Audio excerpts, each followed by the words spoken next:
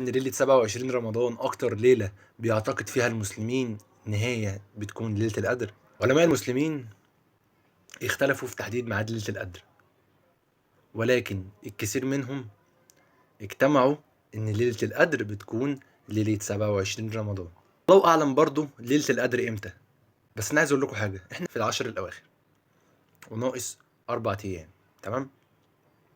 فإحنا لو ما عملناش اللي علينا دلوقتي واشتد أذرنا زي ما الرسول صلى الله عليه وسلم كان بيعمل إذا جاء العشر الأواخر اشتد أذره وأيقظ أهله، فإحنا هنعمل اللي علينا. حتى لو النهارده مش ليلة القدر، الله أعلم ممكن تبقى ليلة القدر، محدش يعرف. فإحنا هنعمل كل اللي علينا بإذن الله. وأي حد ينزل يصلي العشاء، يشوف الفيديو ده، ينزل يتوضى في بيته وينزل يصلي العشاء، هياخد على كل خطوة حسنة ويرفع بها خطيئة وهيصلي. افتكر الحديث ده كويس: من قام مع الإمام حتى ينصرف كتبت له قيام الليل. ولو انت بتعمل ذنوب